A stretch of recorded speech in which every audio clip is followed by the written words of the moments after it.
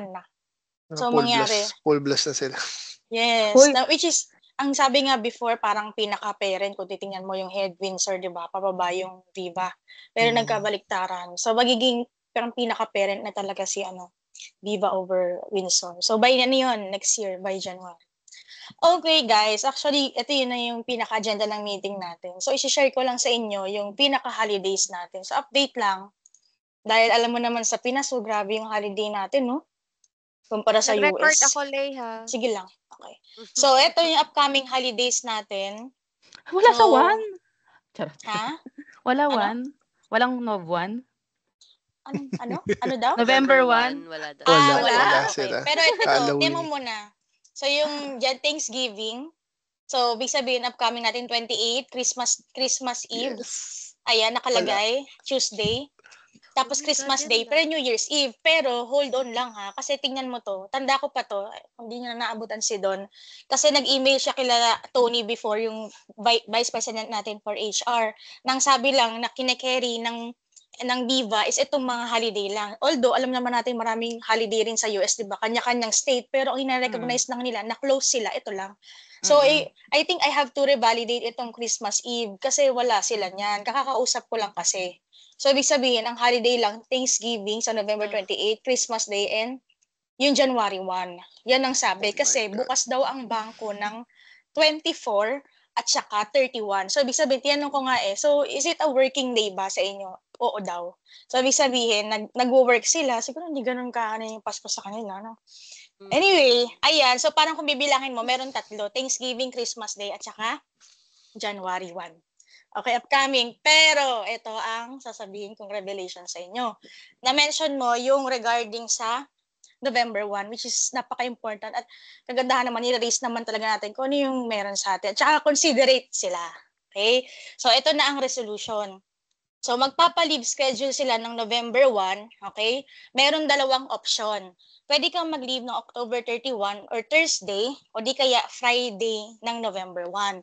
Kasi sinabi ko rin, syempre pag uuwi ka ng probinsya, mahirap yung cycle kasi natin, umaga, tulog diba? So, ibig sabihin, hindi naman pwede bumisita lang ng gabi lang, diba? Sa probinsya, ay sa sementeryo, diba?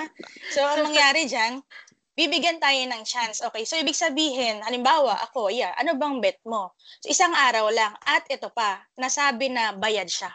Okay, so ibig sabihin, this is a paid rest day na binigay sa atin in consideration dahil laking pasasalamat nila sa atin sa lahat din naman ng effort na binibigay nating Filipinos sa kanila, sa help. So ngayon, wala namang nasabing specifically kung halimbawa pag mag-block tayo ng October 31, okay lang. Kasi nga may sasalo. Sa AP may Mona, di ba? Sa accounting naman may Cindy, may Kissy. So ibig sabihin, may pasok sila niyan. Pero kailangan ko lang makapag-decide kayo, baka kaya hanggang bukas, kaya nyo mag-decide? Or sige, baka mag-consult pa kayo sa relative nyo hanggang Friday. We have to finalize hanggang Friday para alam natin, halimbawa ako, 31 yung pipiliin ko. Hindi ako papasok ng 31 ng alas 8 ng gabi. So, ibig sabihin, duty ako nung November 1. So, pick one lang. Okay? So, November yan ang... 1 ako. 31 ikaw bahala. Sure na ako dyan. Ngayon, ito naman sasabihin ko... Ako matanda sa AP. Jake. Okay, ngayon, kung halimbawa may leave credits ka na, edi go, edi bahala ka. Basta communicate mo lang kung kaya ba ng schedule ng team, ganyan. So, kaya. Okay, next. Diba nakita mo dito? Clear, may question dito. May question ba? I-send ko yung link magpapirate kayo hanggang Friday. Consult nyo yung relatives nyo, anong plano nyo. Okay, next. Holidays. So, ito, in consideration din, dahil sinabi ko, 24 kasi nagka-countdown tayo niya ng 10, 9, 8, 7, 6, 5. Alam naman.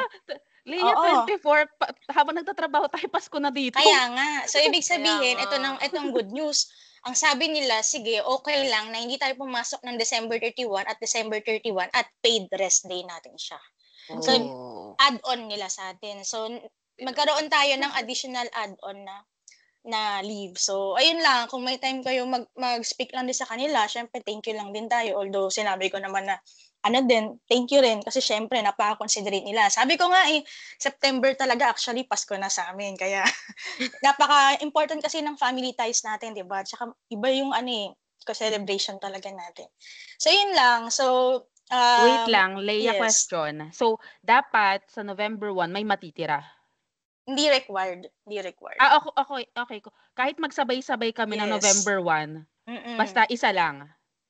Pili ka Okay, lang ng gets. isa. Kasi kaya rin naman ako naghihingi ng advance na schedule sa inyo para aware lang din sila. Kasi kumare, alam mo naman, minsan may mga pangyayari na last minute changes. Tama?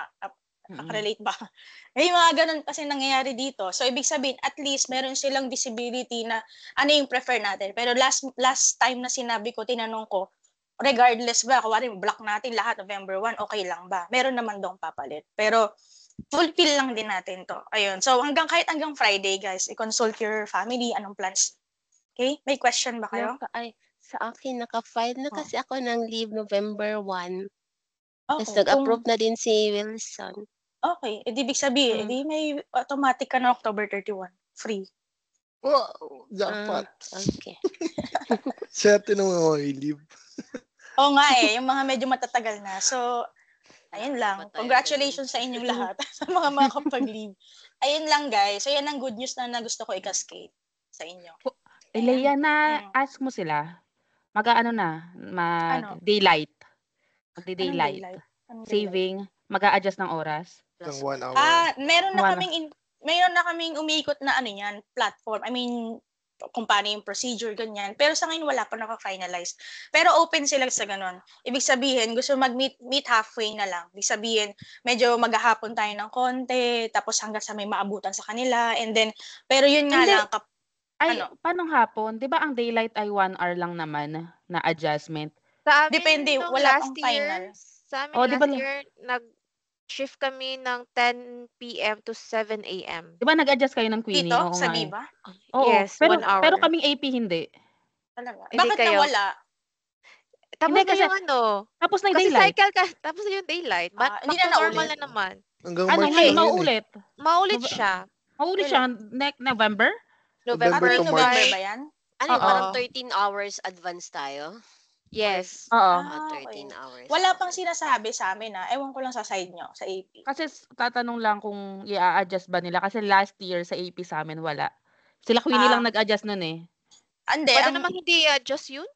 Mm-mm. pero iba yan sa sinasabi ko. Kasi may plano talaga sila, guys. Dahil nga sabi sa'yo, sinasabi nila, iba pa rin yung effort nga, naggabi ka nag-work. True. Ay, kita naman nila lahat yan. Iba yung So, productivity talaga.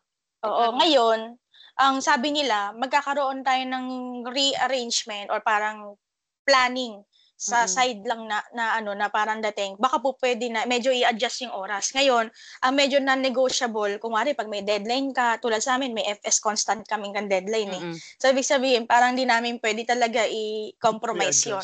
Oo, i-adjust kasi wala na, that's it. Tapos, kung wari, may mga meetings, alam mo naman, minsan sa kanila, hapon nag-start lahat, di ba? Yung mga meetings, Totoo. no? Yun. Pero basically, ang napag-usapan, pwedeng mas maaga or kahit hapon, parang mag-meet, parang may mag-meet. Napag-usapan na ba ulit yan, Leia? Kasi di ba parang na-open na yan ni Gina? Parang, hindi pa ulit sa July parang June or July niya na-open actually, yan, di ba? matagal niya nang sinasabi. Oo, totoo, di ba, girl? Ang tagal na. In-open naman namin, pero i-up ko ulit. Sige. Pero, ayun guys, may plan naman, tsaka considerate naman talaga sila sa lahat na nangyayari. Yan lang. Any questions? Wala na ako. Wala na. Leia for president. Ay, dahil nakakapasok lang nila Sheena tsaka ni Allen, discuss ko lang na mabilis So, Sheena, kasi kasama ko kasi si Allen kanina. So, magkakaroon tayo ng leave schedule for November 1. Originally, wala talaga kasi wala silang celebration sa US. So, eto tayo lahat, 12 lahat tayo, both MAPTA and FGC, all Philippine-based. So, pipili tayo, anong gusto mong leave, October 31 o November 1. Ang deadline natin hanggang Friday, talk with your relatives, anong plan mo. And then, kahit ang huling sinabi, kahit pare-pares tayo October 31, wala namang issue. At gusto lang ng visibility kung sino-sino yung magte-take. Ngayon, kung may leave ka, gamitin mo. Kung nag-leave ka November 1, edi may free ka na October 31 and vice versa. Jake leave daw. Tapos ito pa, originally rin, ang upcoming na holiday natin, Thanksgiving at saka December 25 at saka January 1. Pero magiging considerate sila to give us the December 24, Christmas Eve and New Year's Eve paid rest day. So, ibig sabihin, may bayad tayo ng 24, 31, at saka yung, it's either November 1 o October 31. The one reason din pala, bakit in advance, kasi remember sa IMAP na tinatag pa yan as rest day. Diba? Kaya kailangan mas maaga. Yun Mm-mm. lang. So, clear ba? Clear Wala na. nang question? Okay, sige. Mm-mm. Clear, Okay Sheena? naman. Okay. Sige, yun lang guys. Happy weekend or not? Joke. Happy Break. long week pa. Okay, sige. Keep in touch. Bye-bye guys. Thank you. Bye-bye. Bye-bye. Bye. Thank you. Bye. Kala ko Bye-bye. Friday na eh. Di pa eh. Long week nga Jake. sabi ko. Sige, bye-bye.